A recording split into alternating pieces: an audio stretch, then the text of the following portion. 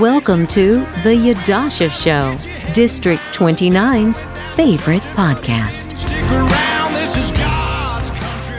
Hey, everybody, and welcome back to the Yadusha Show. My name is Ann Johnston Brown, and I'm your host. Of course, we've got on the line the woman of the hour, Yadusha Williams. How you doing, Yadusha? I am doing beautiful. How are you? I'm doing really good, and we've been having a lot of success with the show. I am so excited. We get these questions sent to us, and that's how we're going to start the show again today. Is we had a question sent in by a gentleman, Jeremy Wendell. He says, "Hi, I came across your post about the rent increase in the Valley, and I've noticed the same trend. I recently got a roommate to help with expenses. Do you have any advice or suggestions to navigate these rising costs together?" Yeah, as an assembly member, I'm just really committed to finding solutions on addressing rising housing costs. The problem is that too many people are losing their homes, whether they're renting a house or apartment, and they're just not being able to make ends meet. So I want to advocate for increased funding for housing assistance programs that we could provide for relief to those facing financial strain, and also encouraging people to stay engaged with the local communities and representatives so we could work collectively to make the proper changes to put a cap on how much people can increase on a yearly basis, or rather a monthly basis. Wow, that sounds like a great plan, and I hope, Jeremy, that answers your question and gives you faith that your potential Assemblywoman Yadusha Williams is going to be working for you.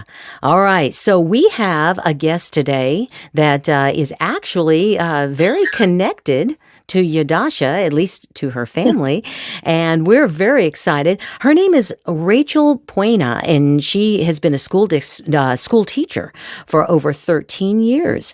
In 2017, she moved to Las Vegas with her husband and their 4 kids, and even their family dog. Prior to that, she earned her bachelor's degree and teaching credentials from Cal State LA. And currently, Rachel is teaching 7th grade English at a local charter school. She's also running for Clark County School District Board of Trustee in District A. So, hey, Rachel, how you doing? And thanks for joining us. Hi, Ann. Hi, Doc. Thank you for having me. Well, we're really thrilled to have you on the line, and of course, I'll let Yadusha tell the audience exactly how you guys are connected. So take it away, Yadusha. Yes. Well, again, thank you, Rachel, for jumping on. We really appreciate it. And excited to hear your ideas and vision. And just for the listeners, I know Rachel because she is my daughter's English teacher.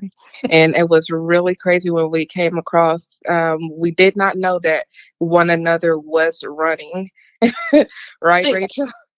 Yeah, that was really funny because your daughter gave me your business card. I was like, yeah, I know who she is. I seen her over the weekend, and then it just didn't dawn on me until like after first period. Who you like? I looked at the last name. I was like, oh, I wonder how they're related. How they're related, and I was like, she kind of looks like her. Well, Yes, again, thank you so much for being on. And are you ready? yes, I am. All righty. So, firstly, I know that you're a teacher, and I'm like, teaching is very important to you. So, how do you plan to address the challenges of student achievement and academic performance within Clark County School District in its position? Well, currently, right now, my main concern, and I know I say this like a lot, and I'm a broken record, but my main concern is that I always say school security and safety, and that starts with discipline. Just that alone. It's if only I don't know if parents are aware of how much time is taken away in classes where Mm-hmm. discipline is out of control. And it just takes one student to rob the whole class and all those students for of their like educational experience and the knowledge that is just wasted because of the time teachers are sitting there trying to discipline. Right. Like my main concern. And I'm telling you, you will see. you will see test scores and just the test scores, grades, overall performance of students go up if we only have consistency in that area. Um, I don't know Right. how many times I've Well, it seen. sounds like school safety is your top concern for parents and for students. Yeah. So, what measures do you propose to enhance safety and security within Clark County School District campuses? Well, I know, even our governor, they and some legislators, they try to fix restorative justice. That's all I can say. It's restorative justice. They said that when they wouldn't, take it away or uh, revise it somehow. They said was that they were going to provide more training for the administrators to train the teachers to deal with restorative justice. Now, my understanding, restorative justice is supposed to restore the relationship between the person who is doing something and needs to be addressed, and the person that either is a victim or whoever is a victim, either it's the school or some other student or even staff. Um, that I, we hardly ever see that, and it's very. If you hear all the testimony from all the teachers, testimony after testimony after testimony. I don't know. I think when I spoke up in Virginia City last year, I think there were almost 600 teachers that testified with personal stories about what they've experienced. So I keep seeing the comments that teachers aren't being heard. So I think what we need to Right, do. and I completely agree with that. Like the main thing is getting people voices heard, and that's really near and dear to me. And you know firsthand that I am in the class. If you need me, I'm just a phone call away. I really care about making sure that every child gets the proper education and that every teacher is protected while educating that child. But let me ask you this. How do you plan to engage with the parents, the students, and the teachers with the community members to ensure all voices are heard in decision making through the process of CCSD? I would actually. So we always get like surveys done. And unfortunately, I just the comments alone, I see teachers like, what good is it going to do? They don't listen. So what I'm going to propose and vote anytime, because that's what we do as trustees. We're supposed to be there to support the superintendent, and we're there to help students soar in academics and just being a well-rounded student. So we are going to take surveys and we're going to take them seriously and make sure that administrators are held accountable. Not only that, but families with chronic behavior problems with their child. So if That's a ne- good point. I'm like, a lot of people have quite a bit of health problems and mental problems within the school district, whether that's child or parent. And when the parent has those issues, it reflects the child. So when it yes, comes to mental health and well-being, that is increasingly important to students. What measures do you advocate for to support student mental health in the school district? I think we did get rid of the deans a couple years ago. We need to have the deans and the counselors, and they said that there's a team. It's To be honest, it's not being implemented correctly. So when they said they were going to train us, train the teachers, train the administrators, we're not seeing it.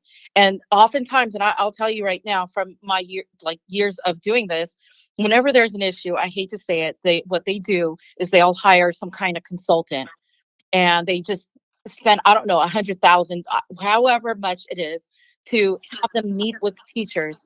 And then we have like these meetings with these consultants for hours and hours, and maybe it's a seminar, who knows whatever they want to call it, and then trainings, and then nothing is done.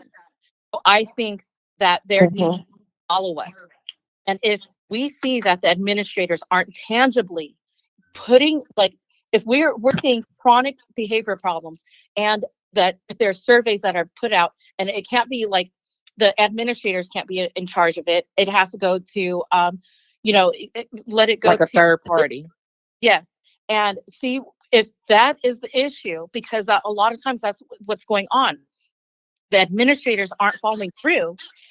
Something needs to be done, and the Right. administrators need to be held accountable for that. I think what they can do is, then if there's a problem with behaviors on campus, they need to hire more IAs. I know this is costly, but we need help in the classroom. Right. We're And you're such a great teacher. My daughter talks about you all the time.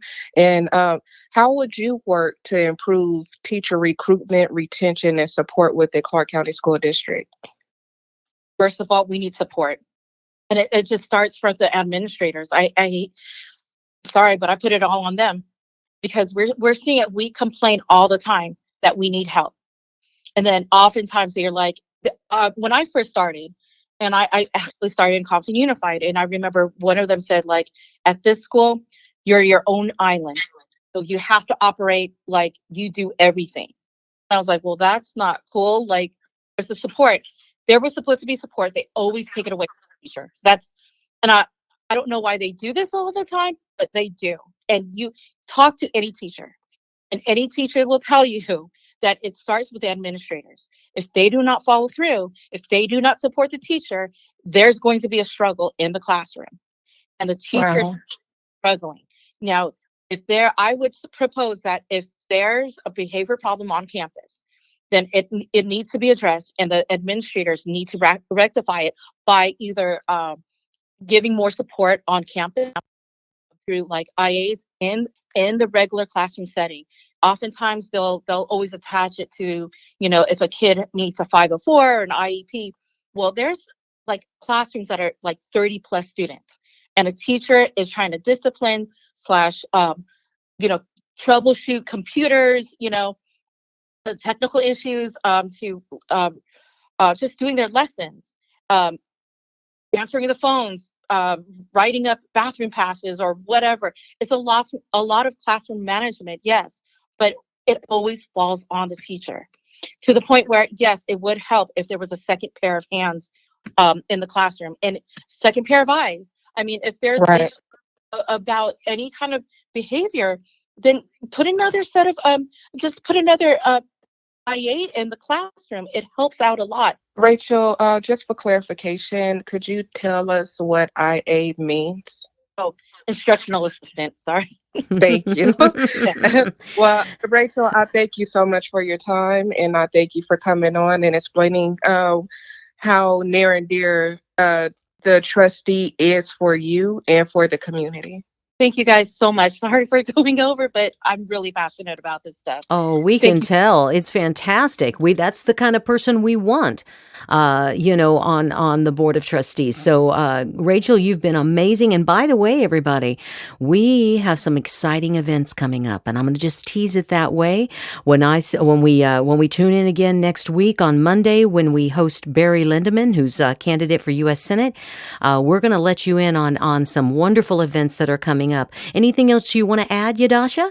That is it. I thank you all for listening. Well, we want you to send in your questions. As always, go to Yadusha. That's Yadusha,